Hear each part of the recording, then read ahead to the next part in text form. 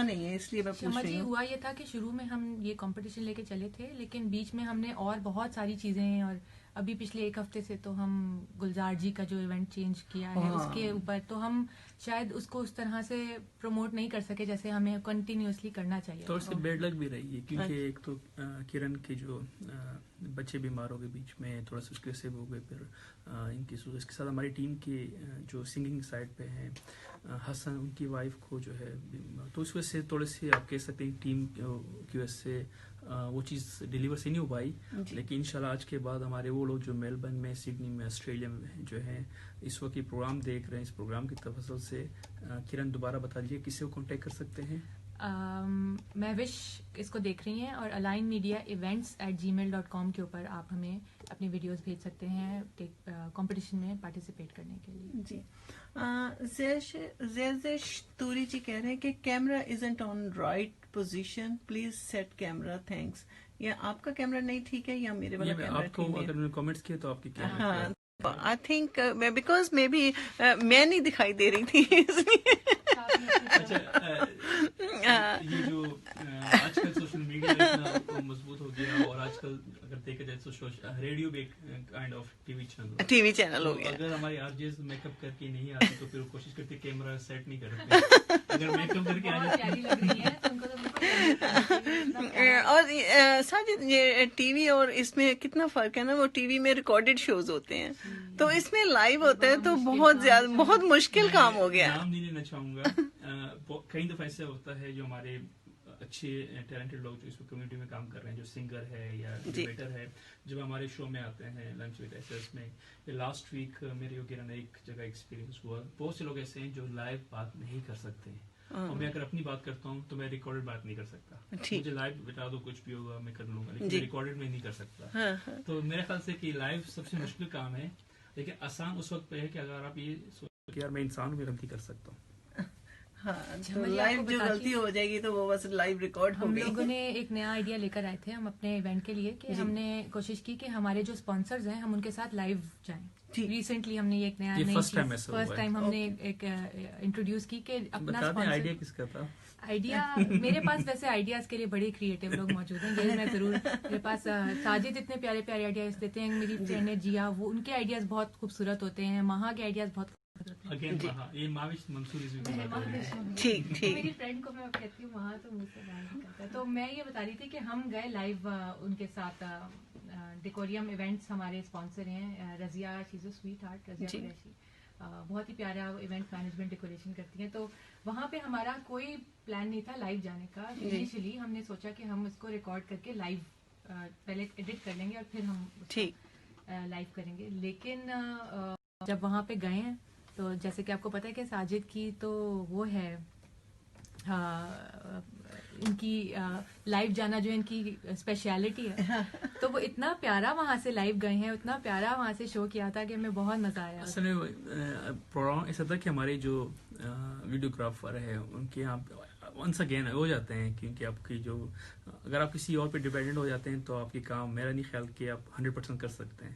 بہتر کہ آپ کو ہر کام خود آنا چاہیے. تو ہم جب وہاں پہنچے تو اینڈ آئی تھنک 2 بجے ہماری جو ہے کال تھی وہاں پہنچنے کی.